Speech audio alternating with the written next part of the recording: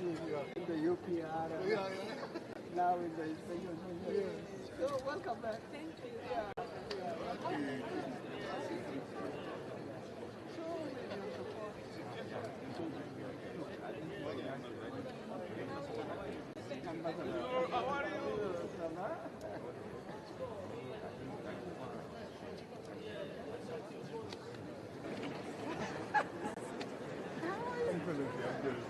Excellence. We have a new colleague from Excellencies, It's Joseph. High Commissioner for Human Rights, the first session of the 37th Extraordinary Meeting of the Human Rights Council is hereby declared open.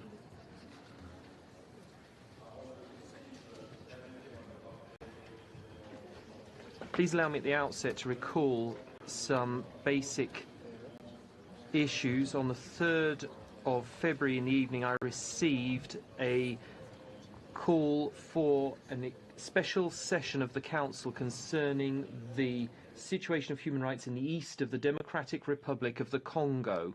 This request was submitted by the permanent representative of the Democratic Republic of Congo and has received the support of 27 member states of the Council.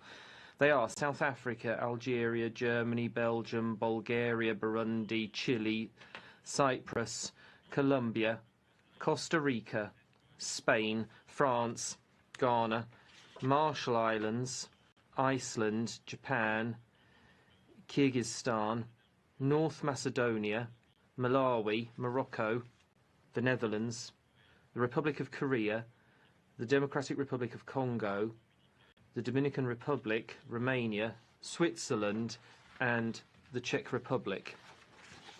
This request has also been supported by 21 observer states to the Council, who are Australia, Austria, Croatia, Denmark, Estonia, Finland, Greece, Hungary, Ireland, Italy, Latvia, Liechtenstein, Lithuania, Luxembourg, Malta, Poland, Portugal, the United Kingdom of Great Britain and Northern Ireland, Slovakia, Slovenia and Sweden.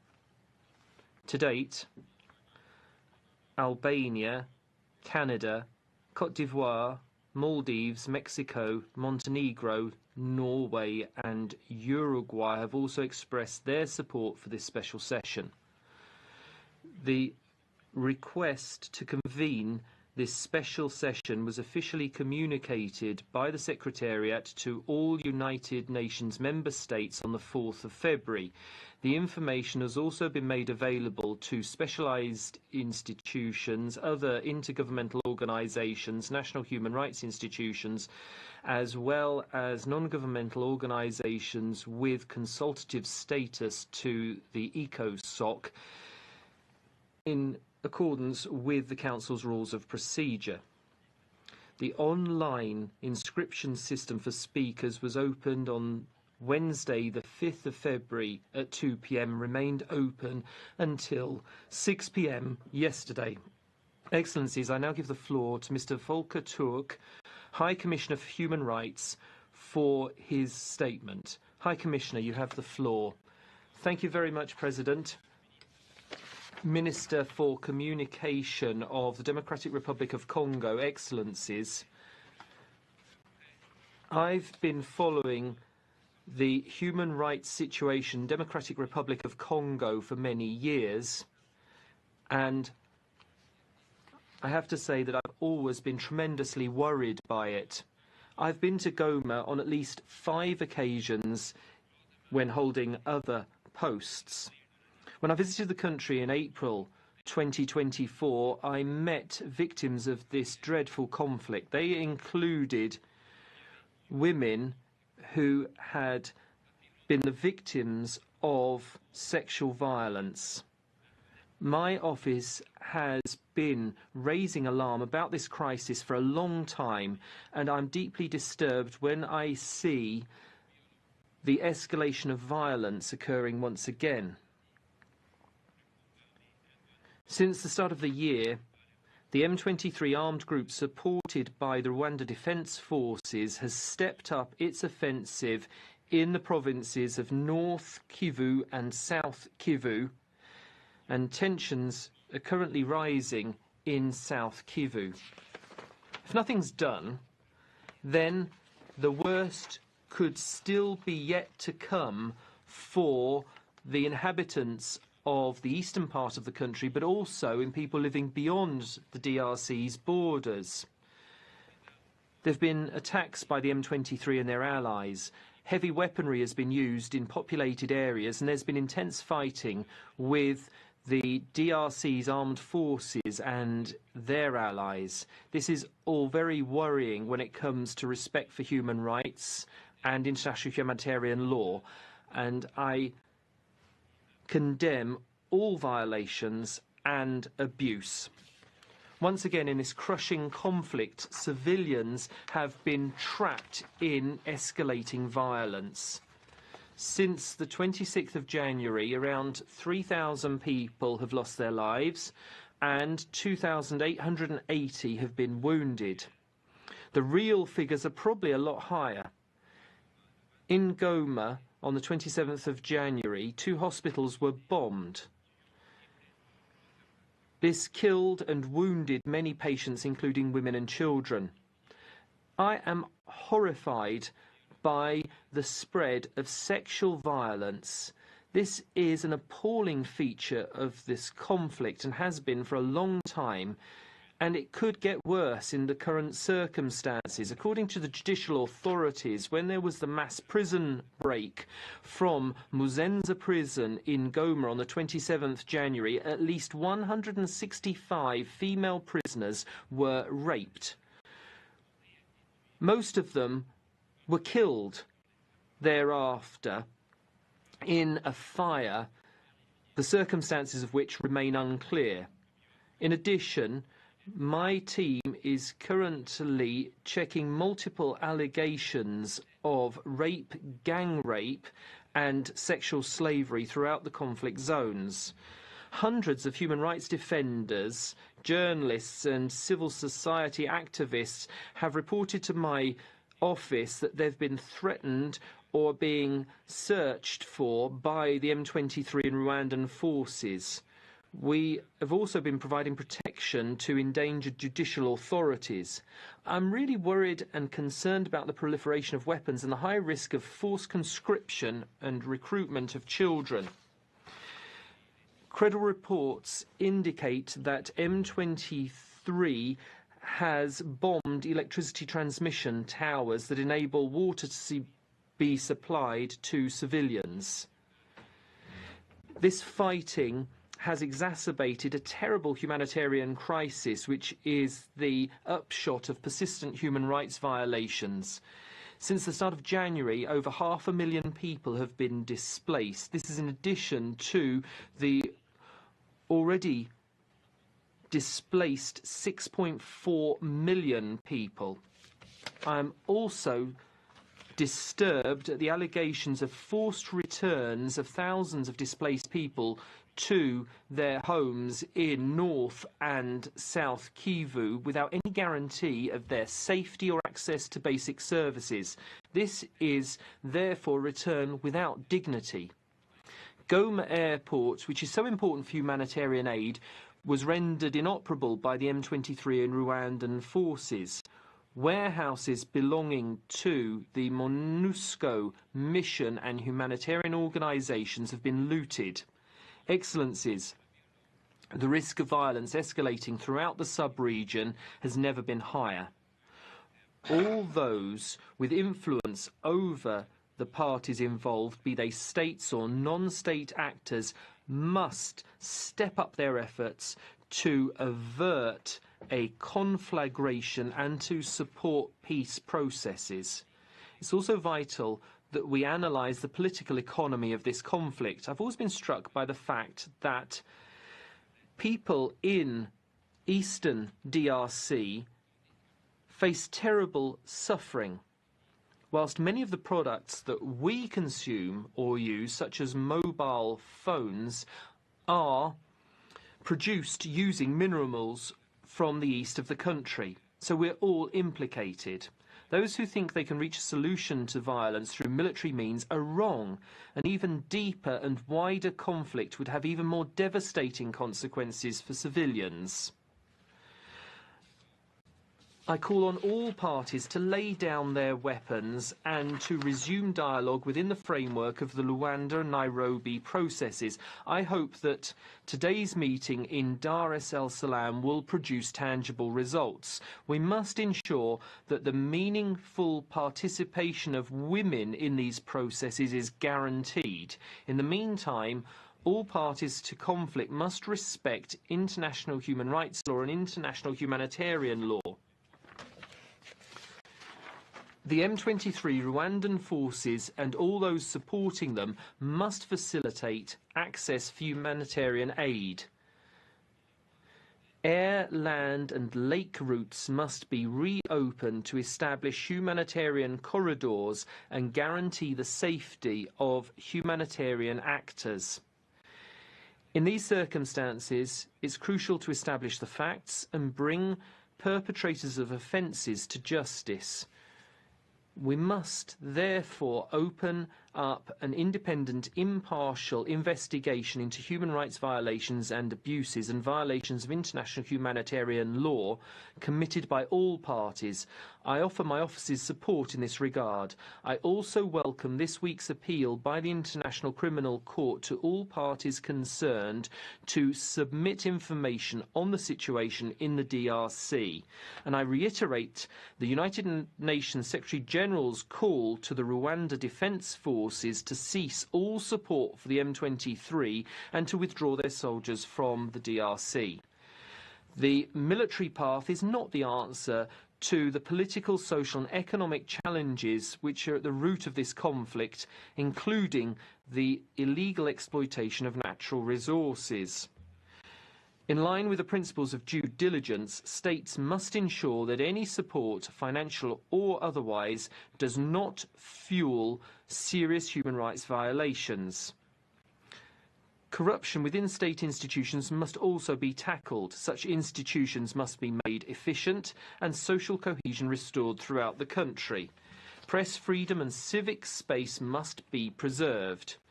Hate speech and other forms of incitement to discrimination and violence only stoke conflict and political tension. They're completely unacceptable and ways must be found to confront them. I call on political and community leaders to play a positive role in promoting social cohesion. Excellencies, the Congolese people have been suffering terribly for decades. I express my full solidarity with the victims, their families and human rights defenders. How many more innocent lives must be lost before sufficient political will is galvanised to resolve this crisis? All those with influence must act urgently to put an end to this tragic situation. I thank you. I thank you for that statement, High Commissioner. I would now like to give the floor to Mr. Surya Deva, Chair of the committee, the Coordinating Committee for Special Procedures via video conference. You have the floor, sir. Thank you, Mr. President, Excellencies and distinguished delegates.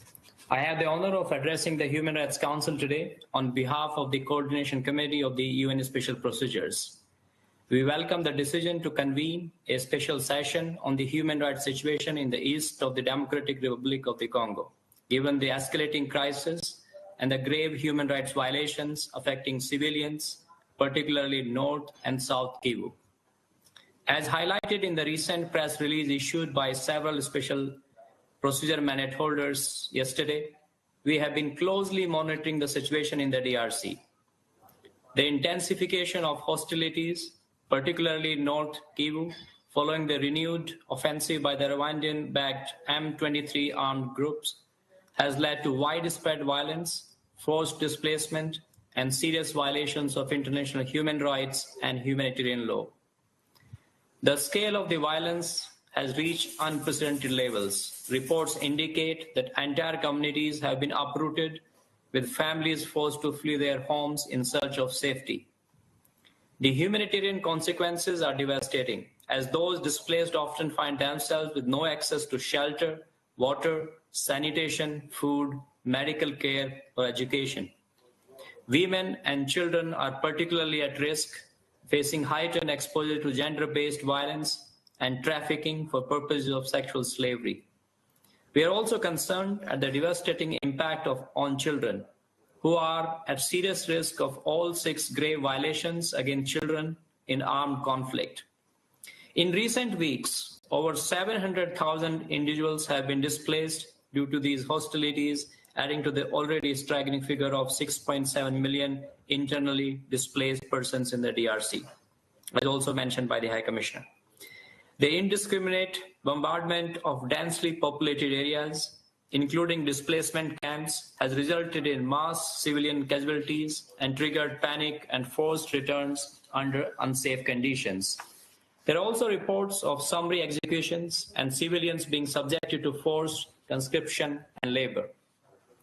Reports indicate that M23 movement has systematically dismantled displacement sites in areas under its control, forcing individuals to return to their areas of origin without guarantees of safety or dignity. Thus, displacement sites, which should offer refuge, have instead become sites of renewed violence. Hospitals in the region are overwhelmed, struggling to cope up with the influx of injured civilians amid shortage of medical supplies, personal and essential medicines. Moreover, humanitarian access to conflict-affected areas remains severely restricted, with aid workers facing security threats, looting of relief supplies, and targeted attacks on humanitarian facilities. This has significantly hindered the delivery of life-saving assistance. The collapse of infrastructure in affected regions has severely disrupted essential services, including education and healthcare. The destruction of medical facilities has left countless individuals without access to urgent medical care. This is particularly concerning for vulnerable populations, including indigenous Pygmy peoples,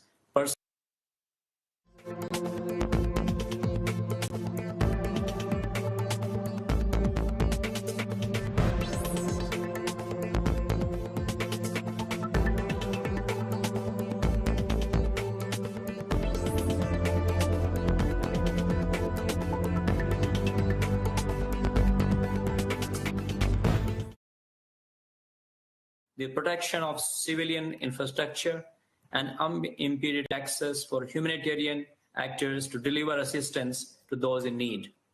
We also call on all parties involved in the conflict to refrain from supporting or using mercenary-related actors. We echo the Secretary General's appeal for Rwanda to cease support for M23 and withdraw from the DRC territory. The forced return of internally displaced persons to their areas of origin must end. Their right to voluntary, safe, and dignified solutions must be upheld in accordance with international law. Equally, the targeting of human rights defenders, ethnic minorities, journalists, and humanitarian workers must stop. The international community has a moral and legal obligation to act decisively. We urge member states to increase humanitarian funding to ensure the continued provision of essential services and assistance to displaced populations. In addition, coordinated diplomatic efforts must be intensified to support peace negotiations and to hold accountable those responsible for violations of international human rights and humanitarian law. We also call upon regional actors, the international community, and businesses to intensify efforts to achieve a peaceful resolution to the crisis and prevent further deterioration of the situation. Finally, we stress the need for independent investigations into all reported human rights violations, including attacks on civilians, sexual and gender-based violence, and other abuses perpetuated during the conflict. Establishing robust accountability mechanisms is critical to preventing impunity and ensuring justice for victims.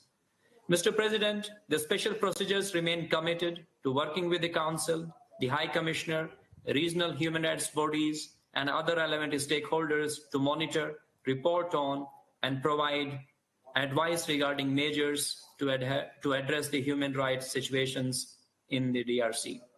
We stand ready to employ all available tools, including conducting country visits and offering technical assistance. We urge the DRC to facilitate pending country visits by mandate holders, including the Special Rapporteur on the human rights of internally displaced persons and the Special Rapporteur on trafficking in persons. The gravity of the situation demands urgent and sustained international engagement. The people of the DRC cannot afford further inaction.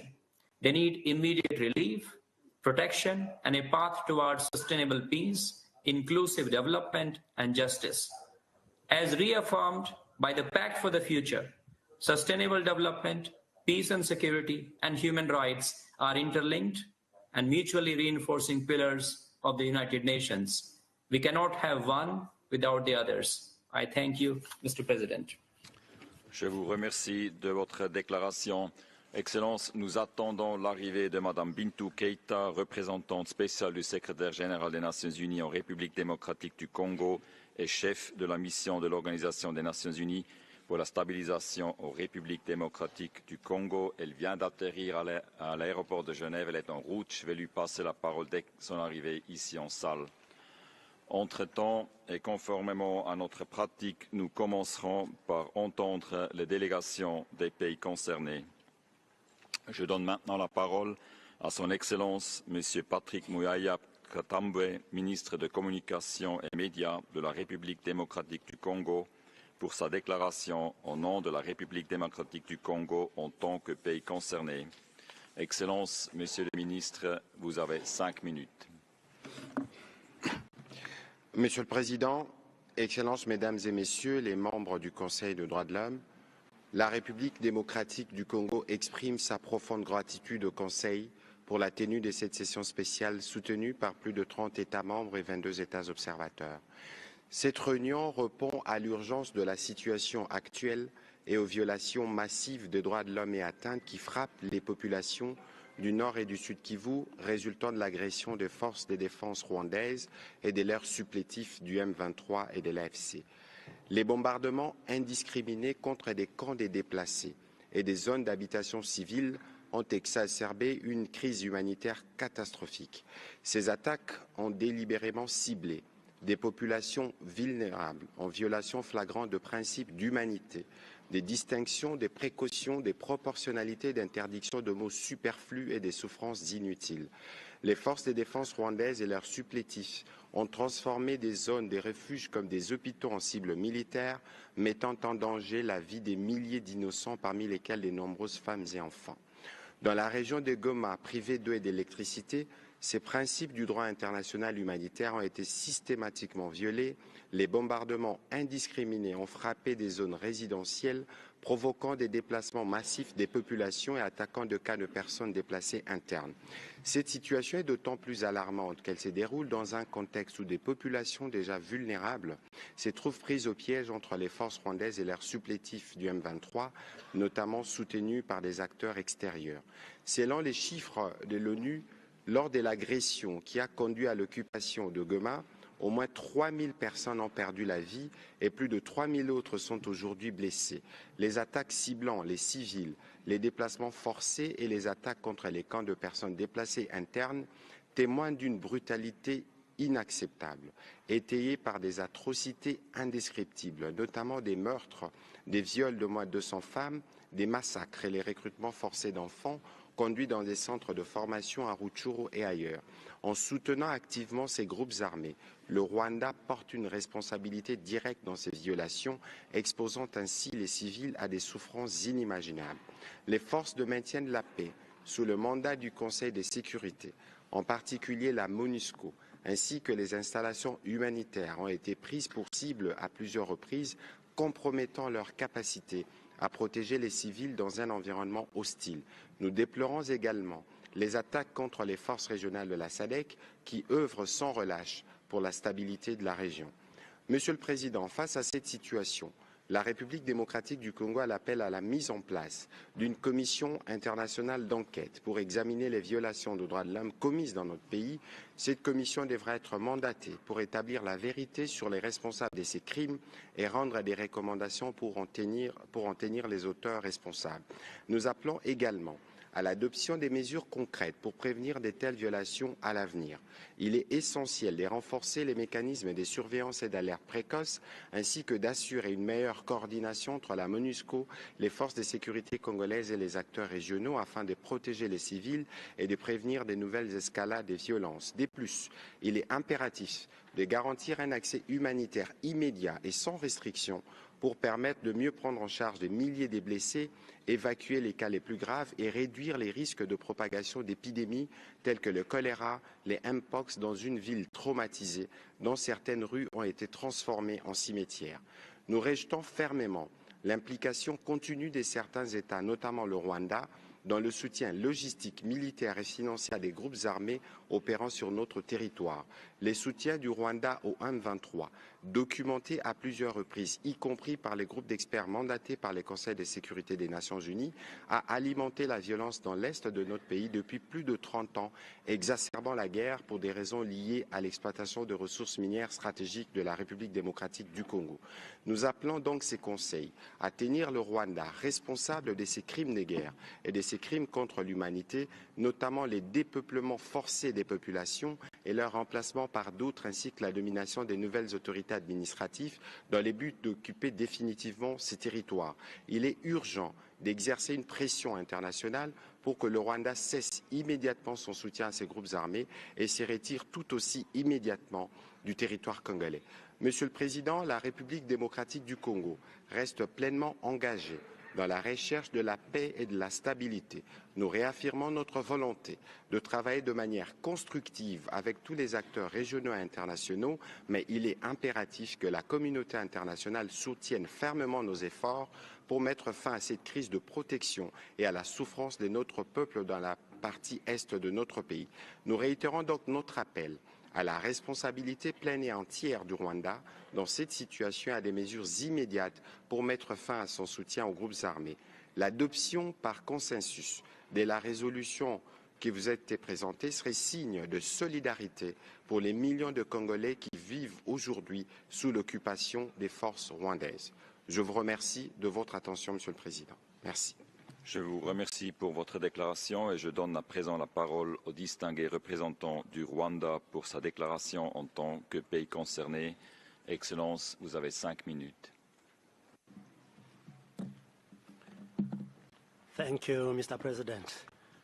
I'd like to start by thanking the High Commissioner for the oral statement on the situation in the Eastern DRC, which persistently constitutes a security threat to the Great Lakes region and to Rwanda in particular. The current session is called for at a time when the situation in the Eastern DRC is evolving rapidly.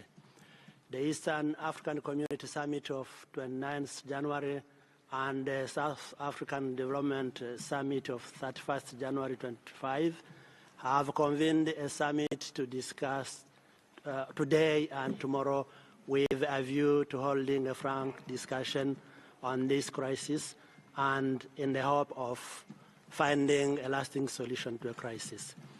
Therefore, we should give a chance to this important regional initiative to bear fruits before preempting their outcome and attempting to feed the ongoing discussions in the relevant UN bodies.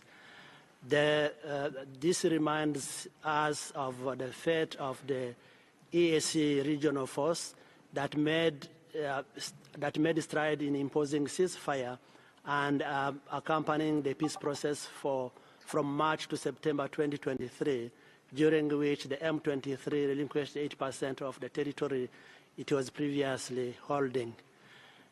But before this process could be completed, the DRC unilaterally decided to expel the force, replacing it with the SAMI-DRC with an offensive mandate in the pursuit of a military solution.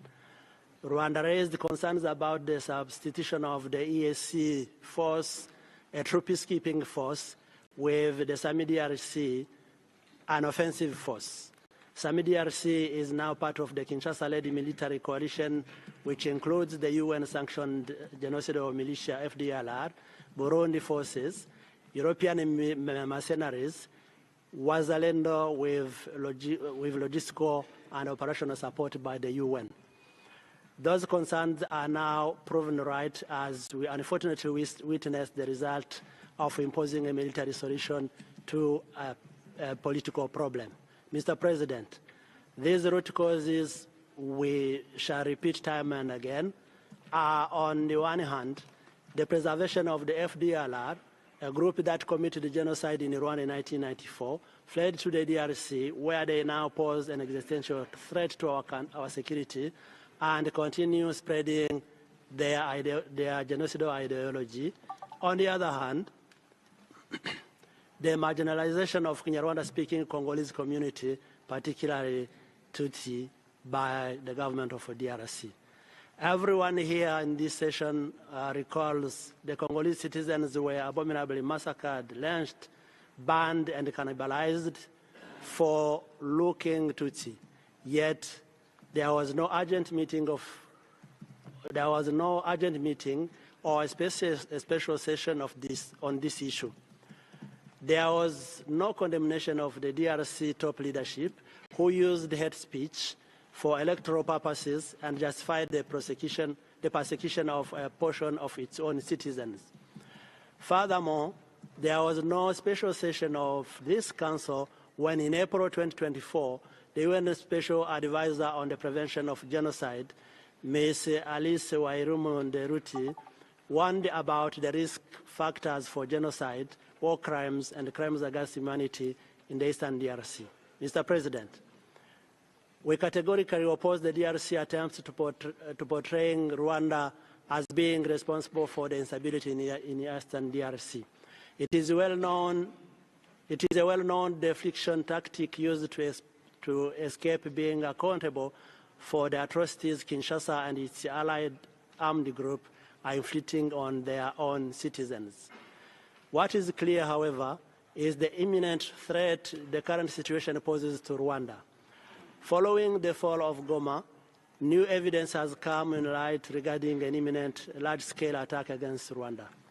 The Kinshasa-backed coalition has stockpiled a large number of weapons and military equipment near Rwanda's border, mostly in or around the Goma airport.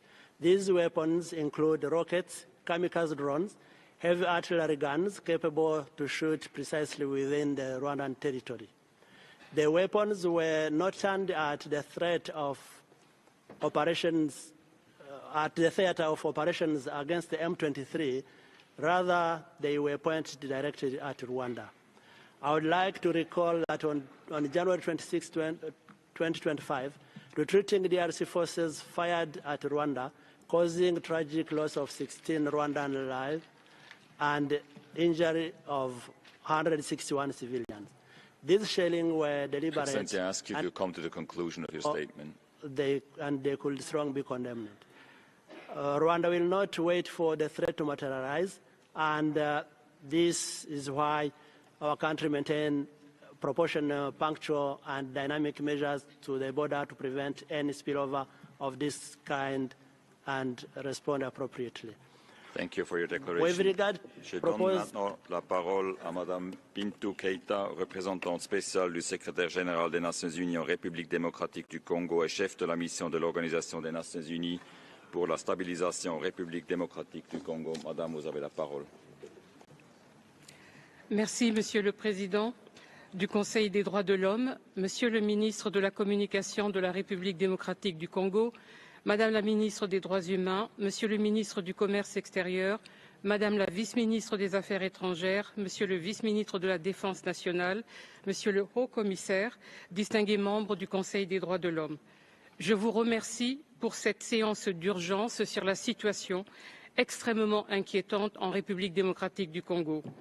J'exprime tout d'abord mes condoléances au gouvernement et à la population congolaise qui est victime de ce conflit depuis 30 ans et continue de vivre dans la peur. Mes pensées se tournent aussi vers les FARDC, casques bleus et les soldats de la SAMI-DRC qui ont perdu leur vie ainsi que ceux qui ont été blessés. Je salue leur engagement pour assurer une paix durable en République démocratique du Congo. Je saisis également cette occasion pour condamner les attaques et les pillages contre les Nations unies et certaines ambassades le 28 janvier à Kinshasa. Je soutiens les initiatives des autorités pour traduire les responsables en justice et de prévenir la récurrence de pareils incidents. Monsieur le Président, depuis le début de cette année, nous faisons face à une avancée sans précédent du M23 et des forces armées rwandaises. La prise de la ville de Goma le 27 janvier a été précédée de combats sanglants opposant d'une part les forces armées de la République démocratique du Congo et leurs alliés et d'autre part le M23 et les forces armées rwandaises. Ces combats en zone densément peuplée ont causé la mort d'au moins 2900 personnes et plus de 3000 blessés.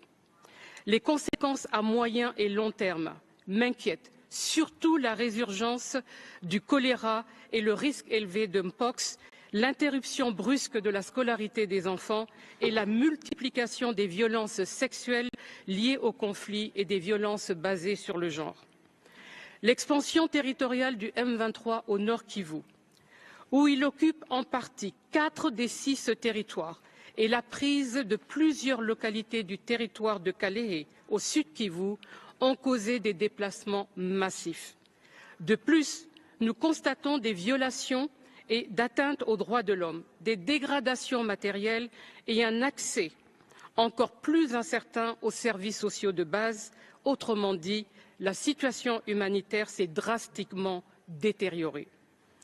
L'économie de la province de Goma a également été affectée par le conflit.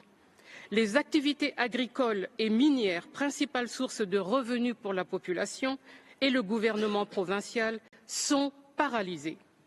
En même temps, la lutte contre l'impunité des crimes graves promus par les autorités nationales risque d'être fortement entravée par les dommages causés aux institutions judiciaires de Goma. Il est impératif que des mesures urgentes soient prises pour stabiliser la région, rétablir la paix et permettre une reconstruction durable. Monsieur le Président, je rappelle la nécessité de poursuivre les négociations diplomatiques entre les gouvernements de la République démocratique du Congo et du Rwanda, notamment dans le cadre du processus de Luanda. Je tiens à souligner le risque d'expansion du conflit dans la région si des mesures urgentes, dissuasives et contraignantes ne sont pas prises pour arrêter l'escalade de la violence. Le cessez-le-feu unilatéralement annoncé par le M23 et son partenaire, l'Alliance Fleuve Congo, le 4 février, n'a tenu qu'un seul jour et permis le renforcement présumé de leur position au nord et sud Kivu et la reprise d'intenses combats dans les environs de la ville de Bukavu. La reprise des offensives dans des centres densément peuplés, comme ce fut le cas à Goma, entraînerait des conséquences dévastatrices sur la population civile. La criminalité et la montée de la justice populaire sont plus qu'alarmantes, avec la prolifération d'armes abandonnées par les soldats et l'errance de plus de 4000 prisonniers évadés de la prison centrale de Goma le 27 janvier. Mr. President, while I am speaking, youth are being subjected to forced recruitment, and human rights defenders, civil society actors and journalists have also become a major population at risk.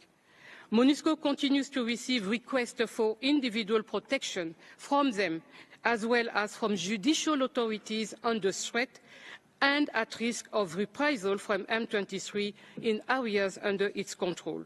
Such reprisal must stop immediately. Furthermore, mis and disinformation are rampant and pose serious risk. The suspension of social networks such as X and TikTok by the Congolese authorities is a serious infringement of the right to information and must be swiftly lifted in line with the statement of the Vice Prime Minister of Interior. In a region with a sensitive history, ethnically motivated attacks remain a serious concern. United Nations Joint Human Rights Office documented a case of allegedly ethnically motivated lynching in an internally displaced person site, as well as physical and verbal violence against journalists in Goma. In Kalehe, South Kivu, our Joint Human Rights Office has received reports of physical attacks, abduction and extortion of civilians linked to the perceived ethnicity of the victims. I thus call for unity and social cohesion and encourage the adoption of the draft law against tribalism, racism and xenophobia. I reiterate that the humanitarian situation in Goma is catastrophic. The decomposing bodies collected from the streets of Goma prompted WHO to warn of potential epidemics. Medical personnel are facing electricity cuts and lack fuel for their generators. They work under extremely difficult conditions when ensuring the treatment of patients and the functioning of morgues. I again call on the international community to advocate for humanitarian assistance to reach Goma immediately. The rebuilding and reopening of Goma Airport, along with the cessation of GPS jamming and spoofing practices, is vital for the evacuation of the wounded and the entry of aid. Hundreds of thousands of displaced people are being forced by M23 to return to their places of origin without any guarantee or humanitarian assistance on their safe and dignified return. Among them are people with chronic diseases such as HIV or tuberculosis. We must ensure the continuation of their life-saving treatment. Mr. President, I would like to end my statement by thanking this Council and the High Commissioner for OHCHR continuous engagement on the respect of human rights in the DRC. I also acknowledge the pivotal role of Congolese women are playing in advocating for peace and human rights in the DRC, often in the face of immense personal risk. I encourage women's youth and women's groups to coordinate their efforts and stand in solidarity. To support them and all peace actors in the DRC, I look forward to this session taking concrete steps to halt the long-lasting suffering of the Congolese population and pave the way for inclusive and sustainable development. Thank you for your attention. Je vous remercie pour votre déclaration et aussi pour vos efforts de faire le voyage, d'être présente avec nous ici dans ce Conseil aujourd'hui. Nous allons maintenant commencer avec la liste des orateurs. Permettez-moi de rappeler que le temps de parole est limité à 2 minutes 30 secondes pour les membres du Conseil et à 1 minute et 30 secondes pour les États observateurs et autres observateurs. Je prie chaque intervenant de bien vouloir respecter le temps de parole imparti. La liste des orateurs sera clôturée dans 15 minutes. Nous commençons par la liste des orateurs pour les États membres du Conseil et je donne la parole au distingué représentant de la Suède au nom d'un groupe de pays. Vous avez la parole. Mr. President, I have the honor to speak on behalf of the Nordic and Baltic countries. And let me start by thanking the High Commissioner and the Special Representative for their clear and compelling briefings. Mr. President, we are deeply concerned about the escalating violence in eastern DRC. We urge the M23 to stop its advance and withdraw immediately.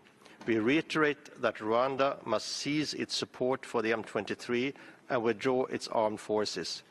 We strongly condemn Rwanda's military presence in the DRC as a clear violation of international law, the UN Charter, and the territorial integrity of the Democratic Republic of Congo. And we continue to urge the DRC to cease its cooperation with the FDLR. We are alarmed by reports of widespread violations and abuses of human rights and international humanitarian law by multiple actors, including sexual and gender-based violence, the recruitment and use of child soldiers, and extrajudicial executions. The offensive has deepened the already disastrous humanitarian crisis in eastern DRC. The risk of large numbers of IDPs being caught between the conflicting parties is deeply worrying. All sides must prioritize protection of civilians, ensure safe and unhindered humanitarian access, and fully respect their obligations under international law, including human rights law and international humanitarian law. Mr. President, we call for all perpetrators of atrocity crimes to be held accountable. Impunity must not be allowed. We commend the Office of the Prosecutor of the ICC's renewed investigative efforts in the DRC, with a priority focus given to any alleged Rome Statute crimes occurring in eastern DRC since January 2022. We fully support the work of the High Commissioner, as well as the team of international experts on the DRC, whose mandate was renewed at the 57th regular session of the Human Rights Council. In conclusion, Mr. President, we call for a quick resumption of political dialogue and negotiations in the Luanda process, and also reiterate our support to the Nairobi process. We support the need to investigate and document all human rights abuses and violations in Eastern Congo and identify those responsible. I thank you. Thank you. I give the floor to the distinguished representative of the European Union. Mr. President, High Commissioner, Albania, North Macedonia, Montenegro, Moldova, and Ukraine align themselves with this statement. For decades, the east of the Democratic Republic of Congo has witnessed instability, as well as human rights violations and abuses. The root causes and drivers are complex, multi-layered, and interlinked. Over the past few weeks, the situation has escalated and led to thousands of deaths and wounded and forced displacement of hundreds of thousands of Congolese civilians. Reports of grave violations and abuses of human rights, including summary executions, demand our immediate attention. In particular, the European Union is abhorred by reports of a dramatic increase in cases of conflict-related sexual and gender-based violence. Furthermore, the recently deadly attacks on peacekeepers whose aim is to protect the civilian population are utterly intolerable and may constitute grave violations of international law. The European Union condemns in the strongest terms the offensive of the M23 supported by the Rwandan armed forces in eastern DRC that led to the occupations of large parts of Congolese territory in North and South Kivu, including the city of Goma. The EU urges the M23 to stop its advance and withdraw immediately. The EU also strongly condemns Rwanda's military presence in the DRC as a clear violation of international law, the UN Charter, and the territorial integrity of the DRC. We call on the Rwandan government to respect the territorial integrity of the DRC by immediately withdrawing all troops from the territory of the DRC and end all forms of support for M23 and other non-state armed groups. The EU also continues to urge the DRC to cease cooperation with the FDLR and other armed groups and take a decisive stance against hate speech. We call upon all parties to re-engage in negotiations and be open for inclusive talks with all. We also call upon all parties to respect international law and to honor their commitments made under the Luanda and Nairobi process. Mr. President, this Council cannot stand idle when international human rights law is being disregarded once again in Eastern DRC. All accusations of violations and abuses need to be thoroughly investigated, victims recognized and supported, and all perpetrators need to be held accountable for all their crimes. We therefore support the resolution put forward by the DRC requesting the establishment of an independent fact-finding mission to investigate and document all violations and abuses of human rights in Eastern DRC and identify all those responsible. Merci. Je donne la parole au distingué représentant du Maroc. Merci, Monsieur le Président, Monsieur le Haut-Commissaire. Ma délégation souhaite la bienvenue à la délégation du pays ami et frère de la RDC et partage les inquiétudes concernant la situation humanitaire alarmante que connaît leur pays.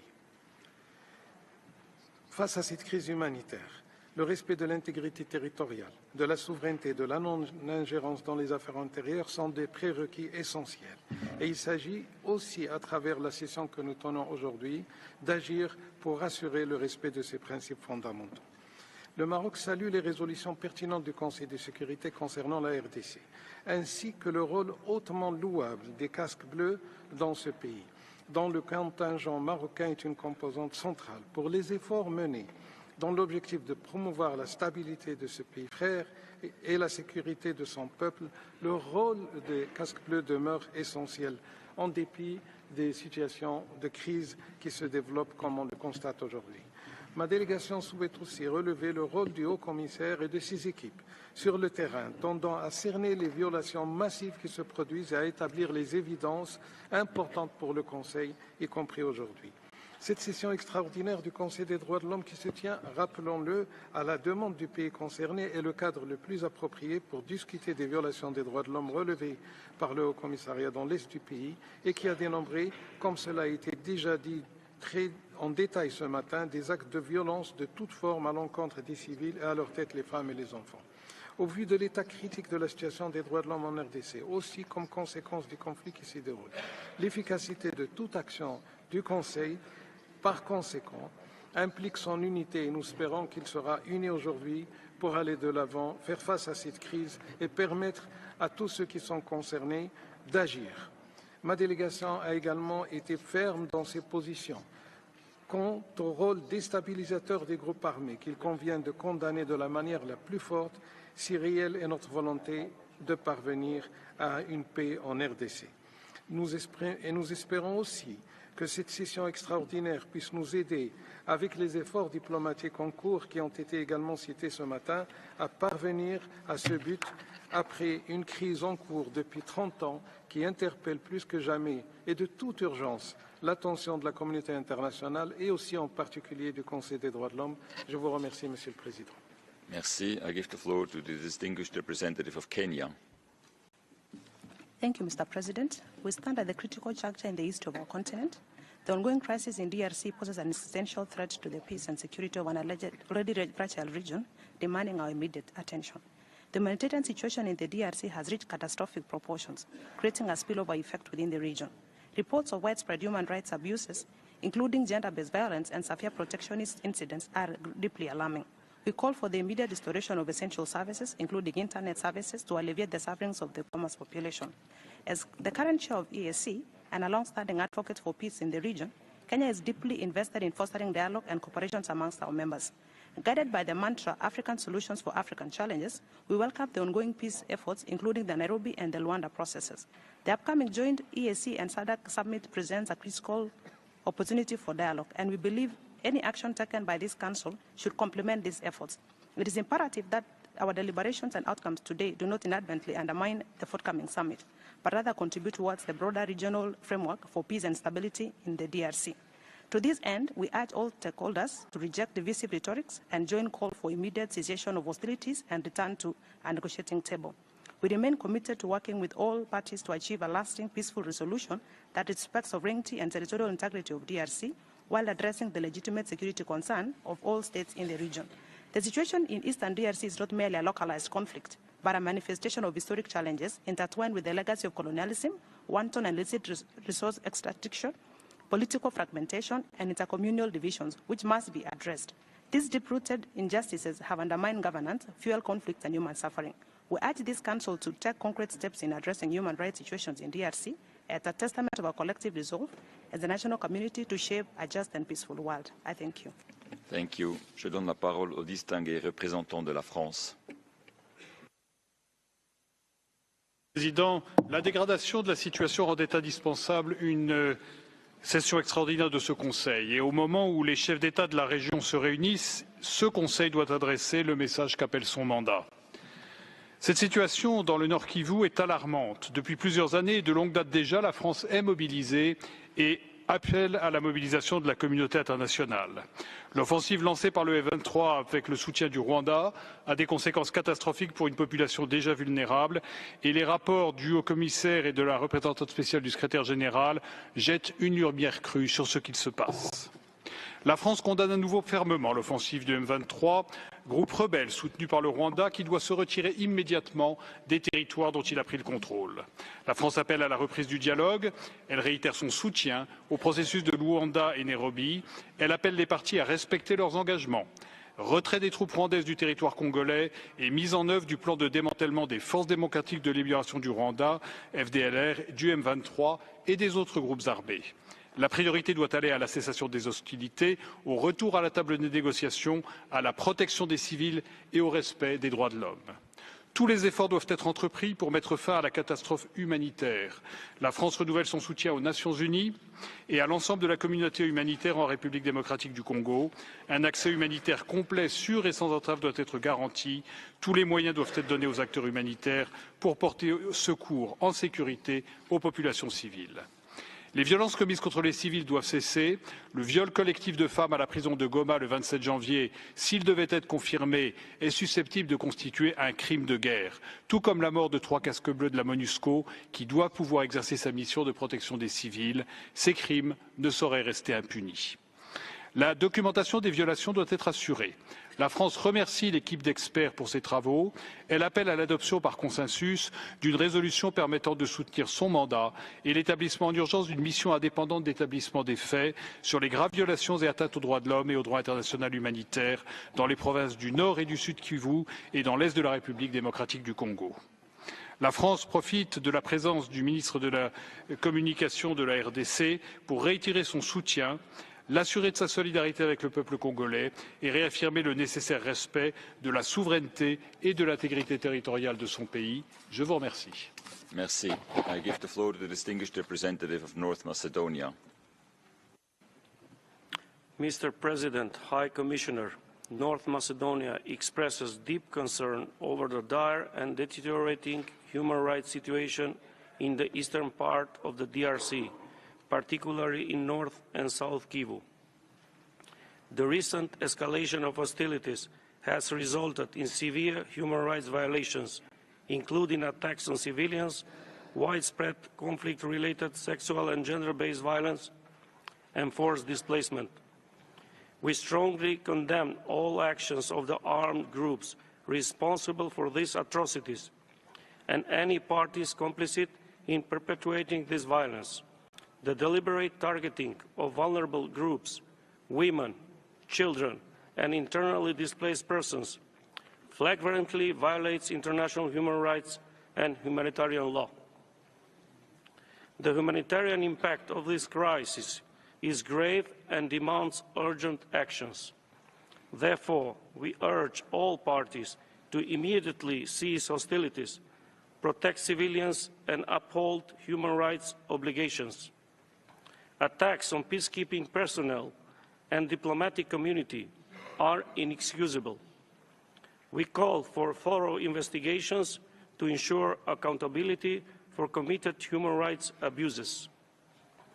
Furthermore, the international community must strengthen its support for peacekeeping operations and humanitarian assistance. A sustainable solution demands coordinated efforts, including dialogue, reconciliation and development initiatives that foster stability and social cohesion. North Macedonia stands in solidarity with the Congolese people and reaffirms its unwavering commitment to human rights, peace and security in the region. We fully support the urgent establishment of an independent fact-finding mission to investigate serious human rights violations and breaches of international humanitarian law committed in North and South Kivu in the eastern part of the DRC. I thank you, Mr. President. Thank you. I give the floor to the distinguished representative of Spain. Gracias, señor presidente. España se une a la declaración de la Unión Europea y acoge favorablemente la celebración de esta sesión especial que hemos apoyado en razón de la gravedad de la situación. Mi país condena con la mayor firmeza la reciente ofensiva en el este de la República Democrática del Congo del grupo rebelde M23, apoyado por Ruanda, en flagrante violación del derecho internacional. Ha agravado una crisis humanitaria y ha incrementado el riesgo de una guerra regional a gran escala. España expresa su condena de las graves violaciones y abusos de derechos humanos perpetradas en esta escalada de violencia, en particular las ejecuciones sumarias, el reclutamiento forzoso de niños, la violencia sexual y de género y el desplazamiento forzado de cientos de miles de civiles que ha sido descrito en el informe del Alto Comisionado y la representante especial del Secretario General. Exhortamos a todos los implicados en el conflicto a que respeten los derechos humanos y el derecho internacional humanitario, garantizando a la población civil el pleno acceso a la ayuda humanitaria, ya que se reanuden las negociaciones en el marco de los procesos de Luanda y Nairobi. Asimismo, instamos a Ruanda a respetar la soberanía e integridad territorial de la República Democrática del Congo, a dejar de brindar cualquier apoyo al M23 y a retirarse del territorio de la República Democrática del Congo. España respalda el proyecto de resolución presentado, solicitando el establecimiento de una misión independiente que documente e investigue las graves violaciones de los derechos humanos y del derecho internacional humanitario cometidas en los dos kibus desde enero del año 22. Esta decisión profundizará y reforzará la cooperación ya existente con la Oficina del Alto Comisionado. Nuestra responsabilidad como miembros del Consejo es tomar todas las medidas para evitar que esta situación gravísima siga deteriorándose. Apoyamos, por tanto, la labor de la Corte Penal Internacional, cosa que me parece singularmente importante en un día como hoy. Garantizar la rendición de cuentas de los autores de estas graves violaciones es clave para asegurar justicia y reparación a la población, que vive exhausta tras décadas de conflicto. Hoy este Consejo envía un mensaje claro para reafirmar un orden internacional basado en reglas y en el respeto de los derechos humanos. Muchas gracias.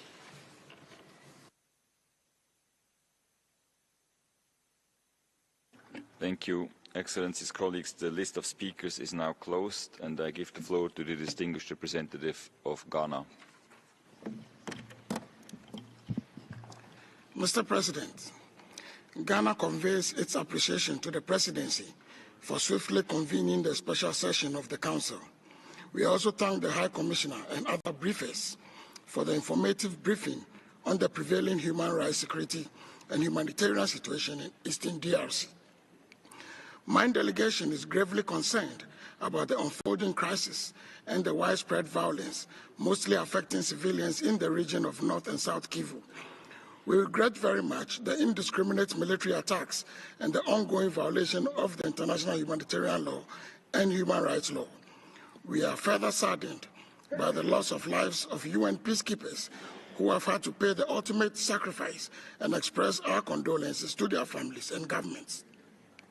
We strongly support the passionate calls for the end of all forms of violence against civilian population made by the Secretary General of the United Nations, the African Union Peace and Security Council, and recently by the Southern African Development Community.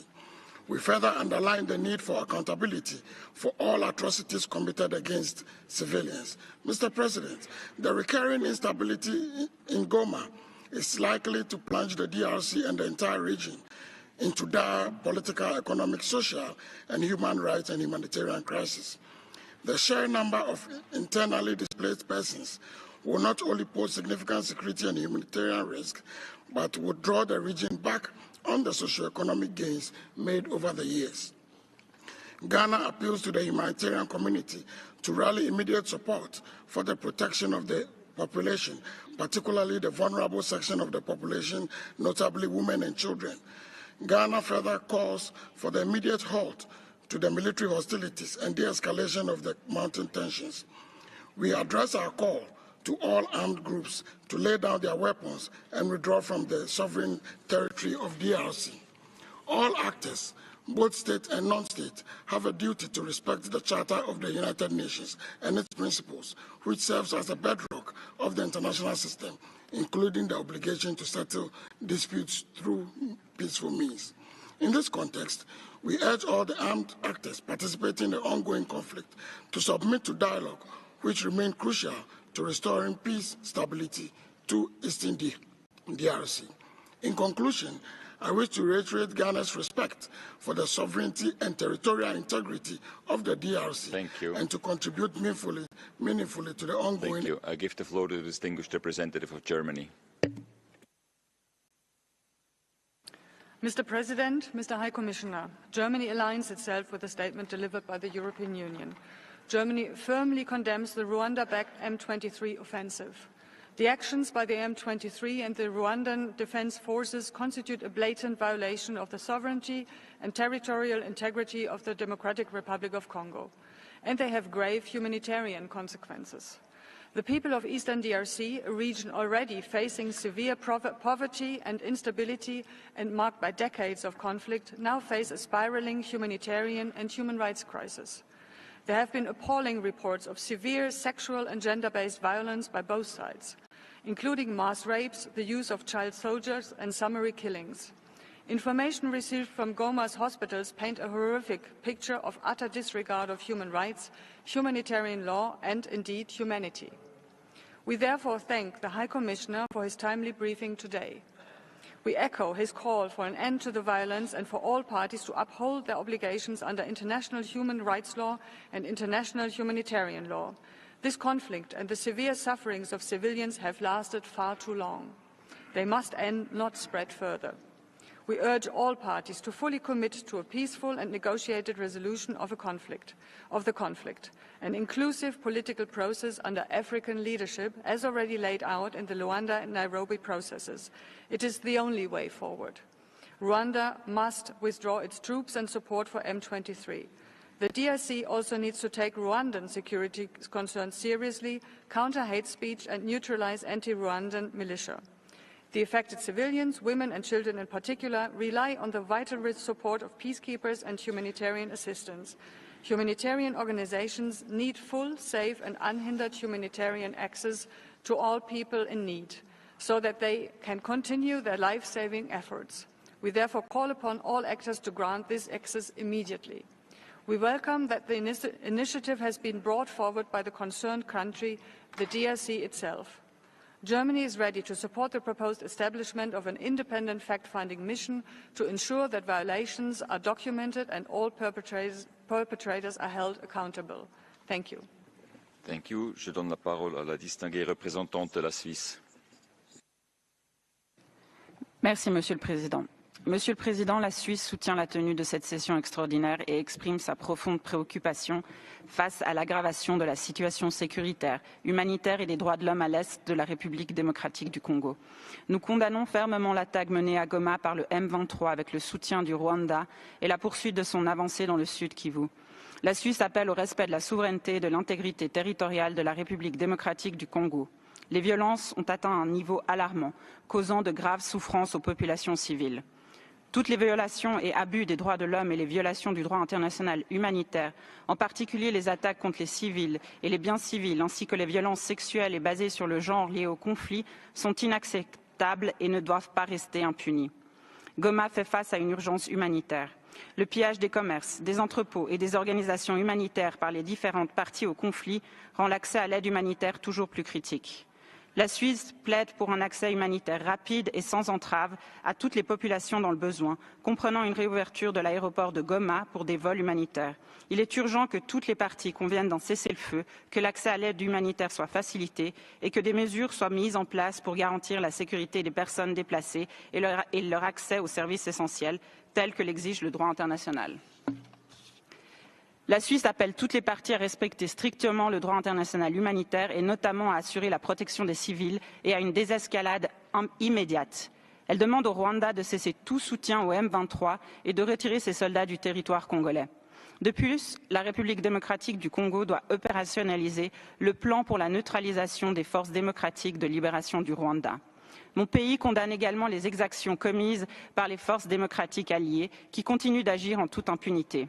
Finalement, la Suisse affirme son soutien aux efforts de médiation de la communauté régionale, en particulier le processus de Luanda. Nous demandons à la République démocratique du Congo et au Rwanda de reprendre les négociations et encourageons les initiatives pour la lutte contre l'impunité. La justice et la reddition des comptes pour les violations du droit international humanitaire et les violations et abus des droits humains doivent être une priorité. Je vous remercie. Merci. Je donne la parole au distingué représentant de l'Albanie. Merci, Monsieur le Président. Albania aligns itself with the EU statement. The situation in the Democratic Republic of Congo is of serious concern. We are particularly alarmed by the recent surge in violence in the eastern region of the country, where clashes between government forces and M23 armed group has resulted in significant loss of lives, displacements of civilians, and widespread suffering. Albania strongly condemns persistent human rights violations and abuses, including sexual violence, summary execution, enforced disappearance, and targeted attack on human rights defenders, journalists, and other civil society actors. We express our profound alarm about the increasing danger to women and girls for violence, including rape, and the recruitment of children by armed groups. We urge M23 to stop its advance and echo the Secretary General appeal to Rwanda to cease support of M23 and withdraw from DRC territory. Albania called for robust accountability measures to be implemented. We will support the establishment of an independent fact-finding mission to investigate human rights violations and international human rights violations in North and South Kivu province. It's imperative that those responsible for human rights violations and atrocities are brought to justice. We commend the efforts of United Nations and other humanitarian organizations working tirelessly on the ground to deliver aid and to protect vulnerable populations. Albania reaffirms its support for Monusco and condemns any attack against UN mandate force. We believe that there is no military solution to the crisis and emphasize the need for an inclusive political dialogue between DRC, Rwanda, and other regional and international actors to address the root causes of the conflict. I thank you. Thank you. I give the floor to the distinguished representative of Cyprus. Mr. President, High Commissioner, Cyprus aligns itself with the statement of the EU. We add our voice to express our deep concern about the continued and intensifying escalation of the crisis in eastern DRC. We condemn the reported widespread violations of human rights, including summary executions, sexual and gender-based violence, the recruitment of child soldiers, but also the increasing number of internally displaced persons. At the same time, we're extremely worried by the interruption in humanitarian assistance, as well as shortages of food, water, and medical supplies, all of which have had a negative impact on civilians. All sides have an obligation to prioritize the protection of civilians and their safe and unhindered access to humanitarian aid. The ongoing instability risks unleashing the possibility of greater regional war, evoking the catastrophic conflicts of the 1990s. Moreover, it undermines African-led efforts to reach a peaceful resolution to the conflict. The continued advances of the M23, backed by Rwanda, constitutes a violation of the agreed ceasefire and a violation of international law. We reaffirm our commitment to the sovereignty, independence, and territorial integrity of the DRC and all states in the region. We express our unwavering support for Monusco and condemn attacks against UN-mandated forces. We support the resumption of negotiations within the Luanda process and urge all sides to reach a sustainable, peaceful, and political solution to the crisis. I thank you. Thank you. Je donne la parole à la distinguée représentante de la Belgique. Monsieur le Président, la Belgique accueille positivement l'initiative prise par la République démocratique du Congo d'appeler à une session extraordinaire de ce Conseil. Face à l'escalade du conflit à l'est de la RDC, ce Conseil, dont le rôle est de veiller à la prévention et au rapportage indépendant des violations des droits humains, ne peut rester silencieux. Ceci est d'autant plus vrai lorsque le pays concerné par ces violations en est lui-même demandeur. La Belgique soutient donc la demande des autorités congolaises visant à établir une mission indépendante d'établissement des faits pour les incidents survenus à l'est du pays depuis janvier 2022. Toute la lumière doit être faite, et sans tarder, sur ces violations et atteintes, et les auteurs doivent être tenus responsables.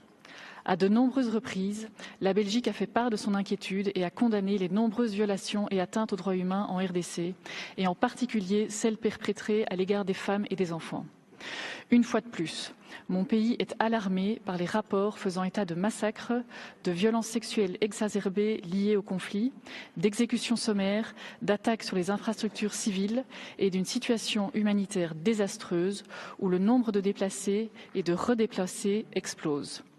Celles-ci viennent s'ajouter à une déjà longue liste de violations et atteintes sur tout le territoire. La Belgique appelle dès lors toutes les parties au conflit à mettre fin immédiatement aux violations du droit international humanitaire et des droits humains et à s'inscrire à nouveau dans les négociations de paix. Nous condamnons l'offensive du M23 soutenue par le Rwanda et demandons au gouvernement rwandais de retirer toutes ses troupes du territoire de la RDC et de mettre fin à toute forme de soutien au M23. Enfin, au-delà de l'établissement d'une mission indépendante d'établissement des faits. La Belgique souligne l'importance de veiller au déploiement sans délai de ressources financières et humaines pour assurer son bon fonctionnement. Nous invitons également l'équipe d'experts internationaux déjà mandatée par ce Conseil à se coordonner avec cette mission indépendante. Je terminerai en rappelant l'importance de la lutte contre l'impunité, tant pour les victimes que pour la stabilité du pays et de la région des Grands Lacs. Nous appelons toutes les parties à s'engager sérieusement et constructivement dans ces efforts. Je vous remercie. Merci. Je donne la parole au distingué représentant du Costa Rica. Muchas gracias, señor presidente.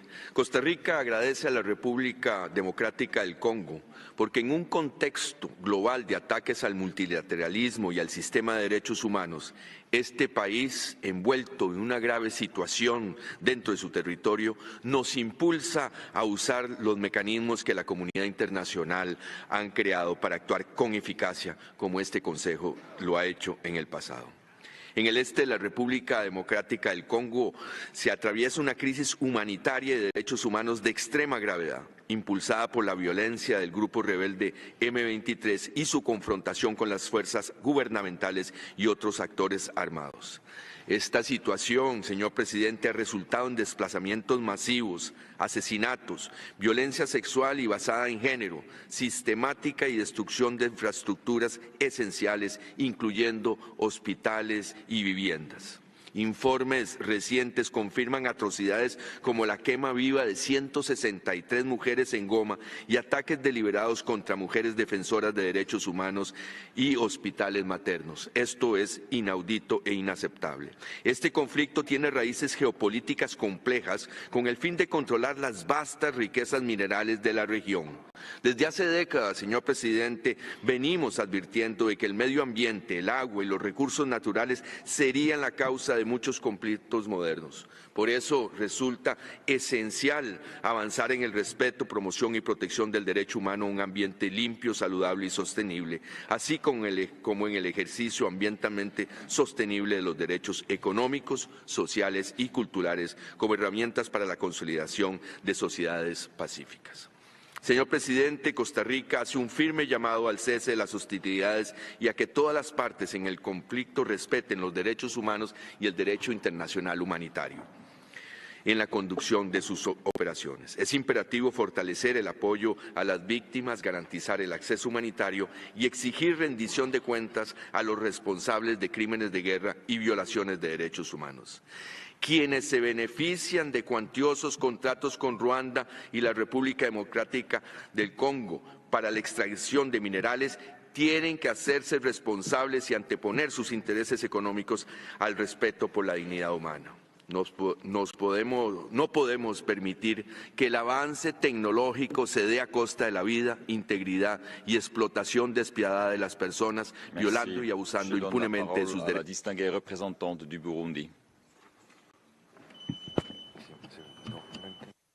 Monsieur le Président, le Burundi se réjouit de la convocation de cette session extraordinaire sur la situation des droits de l'homme dans l'Est de la République démocratique du Congo et se félicite d'être parmi les 27 pays membres qui en ont pris l'initiative selon les textes régissant ce Conseil.